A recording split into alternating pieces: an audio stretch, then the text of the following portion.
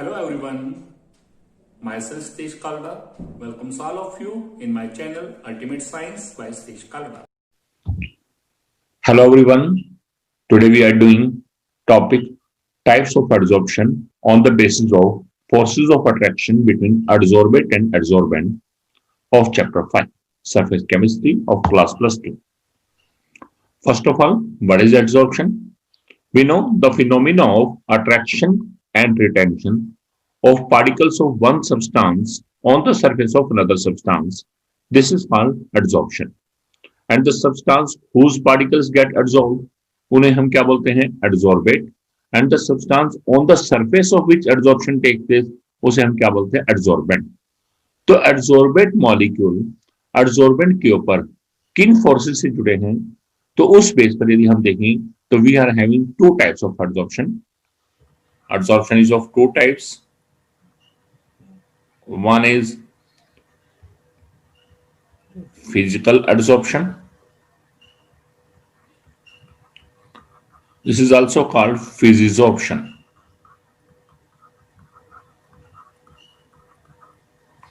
And the second one is chemical adsorption. This is also called chemisorption. And now, what is physical adsorption? What is chemical adsorption? We will discuss it with the help of a difference table. So one is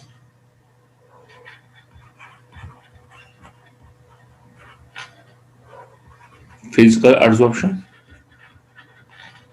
and the second one is chemical adsorption. Physical adsorption.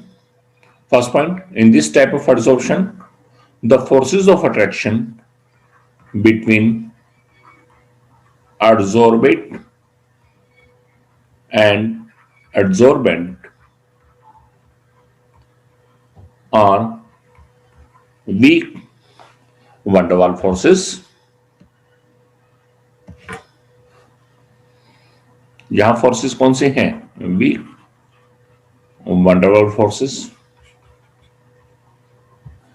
और जब हम बात करते हैं chemical adsorption, name से indicate है chemical. So in this type of adsorption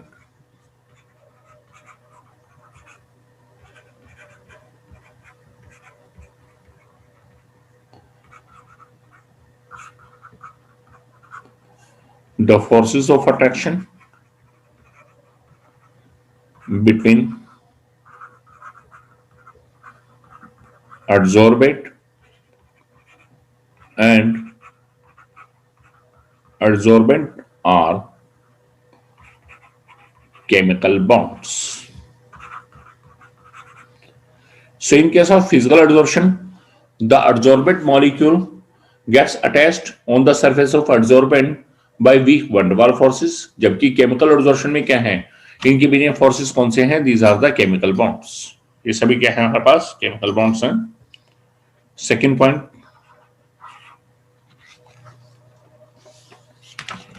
physical adsorption में it is reversible in nature. Reversible का मतलब क्या है कि एडसॉर्बेंट मॉलिक्यूल एडसॉर्बेंट के सरफेस पे अटैच होंगे और जब भी चाहे हम उन्हें वापस बाहर निकाल सकते हैं. So this is reversible. जबकि यहां कैसा है, आप देख रहे हैं एडसॉर्बेंट मॉलिक्यूल एडसॉर्बेंट के सरफेस से जुड़े, कैसे जुड़े? By the formation of chemical bonds. और केमिकल बॉन्ड को तोड़ना डिफिकल्ट है. So it is irreversible in nature.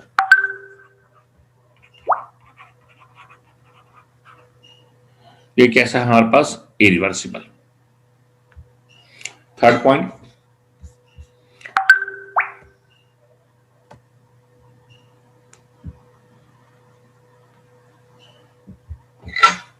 यदि हम देखें फिजिकल एडसॉर्प्शन के केस में it is non specific in nature. जबकि उधर देखें केमिकल एडसॉर्प्शन में It is specific in nature. What do you mean by non-specific and what do you mean by specific? It depends upon the forces of attraction. अब हम जानते हैं physical absorption के case में फोर्सेस ऑफ अट्रैक्शन कौन सी हैं? Van der Waals forces. कौन सी फोर्सेस हैं? These are the van der Waals forces. जबकि केमिकल एब्जॉर्प्शन में कौन सी फोर्सेस है? These are the chemical bonds. अब वन डर वाल्स फोर्सेस और केमिकल बॉन्ड्स यदि इनका कंपैरिजन करें then van der Waals forces are the weak forces. ये फोर्सेस कैसी हैं? वीक फोर्सेस है. And secondly they are the universal forces. Universal forces means यहां पर जो अटैचमेंट जिनके बीच में होगी, जैसे एडसॉर्बेंट एंड डिसॉर्बेंट की बात है, तो यहां अटैचमेंट के टाइम पे नेचर ऑफ सब्सटेंस मैटर नहीं करेगी कि whether the given substance is polar, weather given substance is non polar, weather given substance is ionic, weather given substance is covalent. ये कुछ भी मैटर नहीं करेगा. इसका मतलब क्या है? इसका मतलब यह है कि कोई भी एडसॉर्बेंट किसी भी एडसॉर्बेंट के ऊपर वन डर वाल्स फोर्सेस की तरह जुड़ सकता है. So it is non specific in nature कि हमारे पास यहां पर कोई कंडीशन नहीं है कि इस पर्टिकुलर एडसॉर्बेंट ने ही जुड़ना है और दूसरे ने नहीं जुड़ना है. जबकि यहां क्या है? केमिकल एब्जॉर्प्शन में क्या है? Chemical bonds formation. और हम जानते हैं केमिकल बॉन्ड्स बनने के लिए कई बार हमें एनर्जी रिक्वायर्ड होती है, कई बार ओरिएंटेशन चाहिए होती है, मिनिमम एनर्जी चाहिए. So it is specific in nature कि यहां पर हमारे पास जुड़ने के टाइम पे हमारे को यह देखा जाएगा कि उनकी नेचर मैच कर रही है नहीं कर रही है. सेकेंडली उनकी फोर्सेस मैच कर रही है नहीं कर रही है. थर्डली उनकी एनर्जी एक पर्टिकुलर लेवल से कम है या ज्यादा है. ठीक है. या फिर उनकी ओरिएंटेशन कैसी है. तो बहुत सारे फैक्टर रहेंगे. Absorption next point.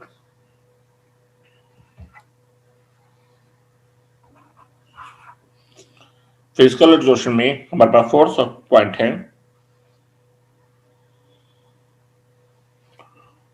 The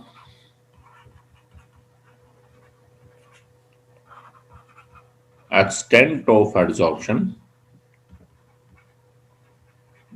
increases with the increase in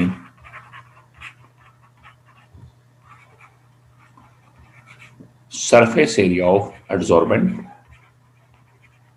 adsorbent का surface area जितना ज्यादा होगा extent of adsorption उतना ही एक्स्ट्रा होगा.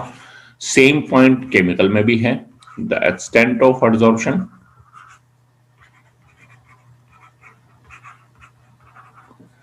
increases with the increase in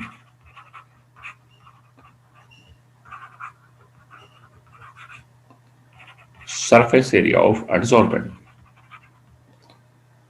इसका मतलब दोनों जहां पर क्या है? एक्सटेंट ऑफ एब्जॉर्प्शन जो है सरफेस एरिया ऑफ एब्जॉर्बेंट की क्या है? This is directly proportional. Next point. whenever we see the effect of temperature, so in case of physical adsorption the extent of adsorption is always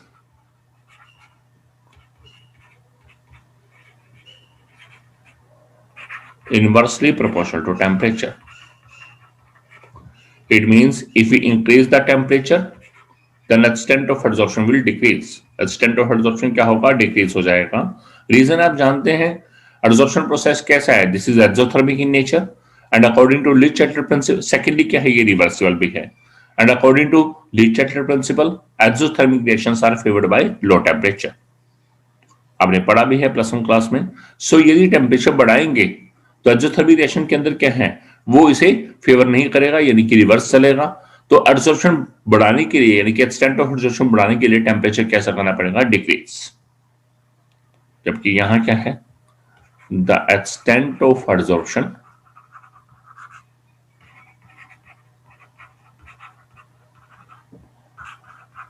firstly arrow ऊपर की तरफ increases with the rise in temperature. शुरू में temperature के साथ बढ़ेगा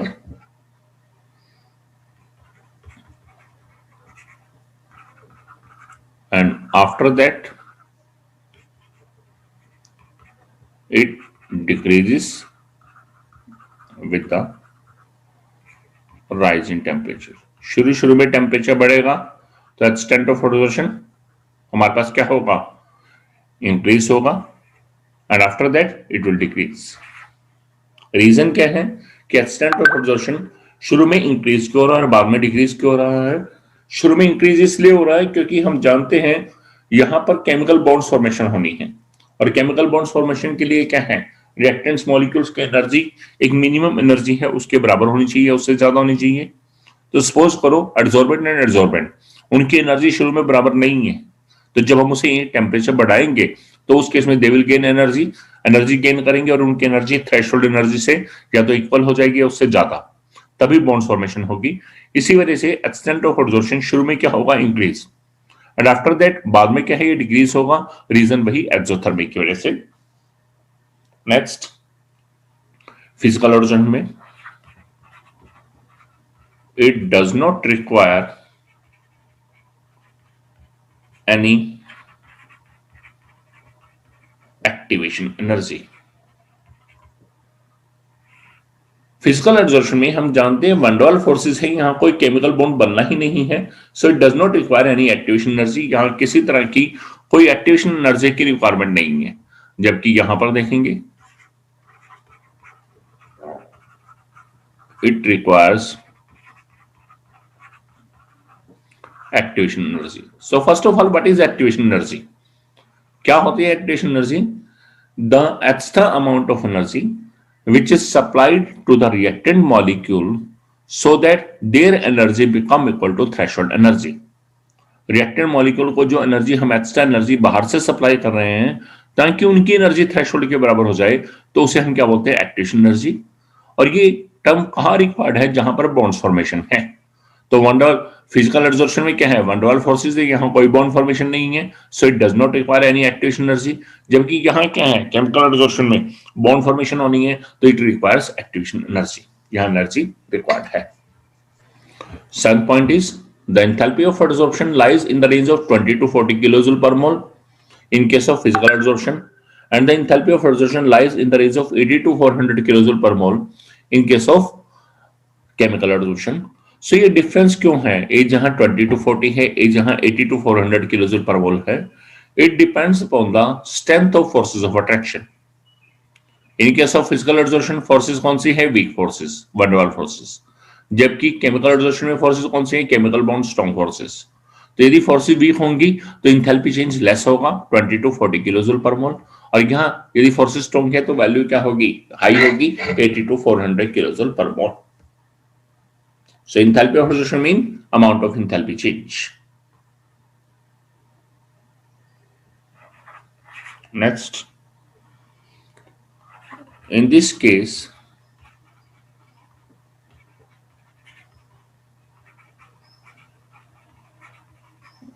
multi-molecular layer formation will take place. Adsorbent के surface के ऊपर एक लेयर के ऊपर दूसरी लेयर, ये लेयर्स बनती जाएंगी, बिकॉज वन डबल फोर्सेस कैसे हैं, these are the universal forces, इन्हें नेचर से कोई मतलब नहीं है। जबकि in this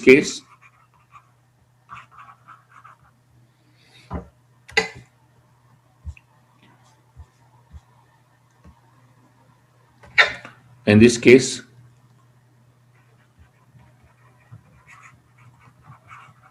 unimolecular layer formation will take place. कैसे, जरा देखिएगा।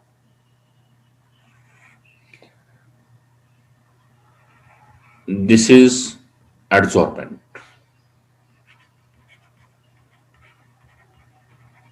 In case of physical adsorption, adsorbent molecule आए,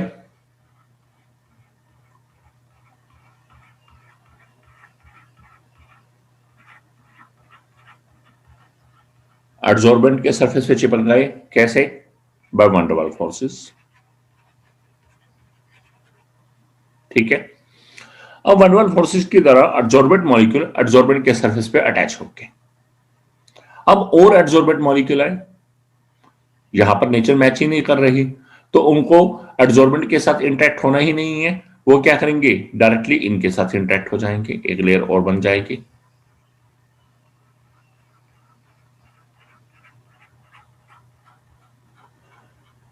और आएंगे और लेयर बन जाएगी। इस तरह से क्या हो रहा है, एडजॉर्बेंट मॉलिक्यूल ऊपर एडजॉर्बेंट के सरफेस के ऊपर पहले एक लेयर बनी, उसके बाद दूसरी लेयर, फिर तीसरी लेयर, क्योंकि यहां पर जो बाद में एडजॉर्बेंट मॉलिक्यूल आ रहे हैं उन्होंने एडजॉर्बेंट से इंटरेक्ट नहीं हुआ, वो एडजॉर्बेंट के साथ ही अटैच होते जा रहे हैं, उनके ऊपर लेयर बनते जा रहे हैं। रीजन क्या है, क्योंकि फोर्सेस कैसी यूनिवर्सल फोर्सेस, नेचर मैच ही नहीं कर रही। जबकि केमिकल एडजॉर्प्शन के केस में, अब केमिकल एडजॉर्प्शन के केस में suppose this is the surface of adsorbent,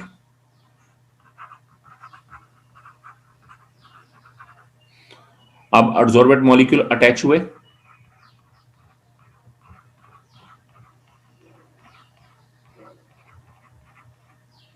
okay. अब क्या हुआ, ये क्या थे, एडजॉर्बेंट। जैसे ही एडजॉर्बेंट मॉलिक्यूल इसके सरफेस से पूरी तरह से अटैच हो गए, अब जो और एडजॉर्बेंट मॉलिक्यूल आया, दिस इज एडजॉर्बेंट, मान लो ये आया, तो ये यहां आके नहीं जुड़ सकता। रीजन क्या है, क्योंकि इसने किसके साथ बॉन्ड बनाना है, इस एडजॉर्बेंट ने किसके साथ बॉन्ड बनाना है, एडजॉर्बेंट के साथ। और एडजॉर्बेंट का सरफेस कैसा हो गया, फुली कवर, पूरी तरह से कवर हो गया, क्योंकि उसकी चारों तरफ एडजॉर्बेंट की एक लेयर बन चुकी है। अब ये क्या है, एडजॉर्बेंट के साथ, एडजॉर्बेंट अंदर वाले के साथ डायरेक्टली इंटरेक्ट नहीं कर सकता, बॉन्ड्स नहीं बना सकता। इसका मतलब और लेयर नहीं बनेगी, only one layer of molecule will form, और सिर्फ ओनली वन लेयर, और ओनली वन लेयर बनने की वजह से ही क्या होगा, unimolecular layer formation will take place. जबकि इसमें लेयर के ऊपर लेयर बनती जा रही है, तो multi molecular layer formation will take place. Reason यहां, क्योंकि यहां वंडरवल फोर्सेस है, यूनिवर्सल फोर्सेस है, नेचर मैटर नहीं कर रही। जबकि यहां क्या है, केमिकल बॉन्ड्स बनना है। इसका मतलब एडजॉर्बेंट के मॉलिक्यूल को एडजॉर्बेंट के साथ डायरेक्टली इंटरेक्ट करना है, जबकि इस केस में वन लेयर की फॉर्मेशन के बाद फिजिबल ही नहीं है। इसी वजह से केमिकल एडजॉर्प्शन के अंदर क्या होगा, unimolecular layer formation will take place, और फिजिकल एडजॉर्प्शन के केस में क्या होगा, multimolecular layer formation will take place. This is our topic, physical absorption and chemical absorption. Hope you learned a lot from my video. If you like my video, then you can share, comment my video and subscribe my channel Ultimate Science by Steve Kalda.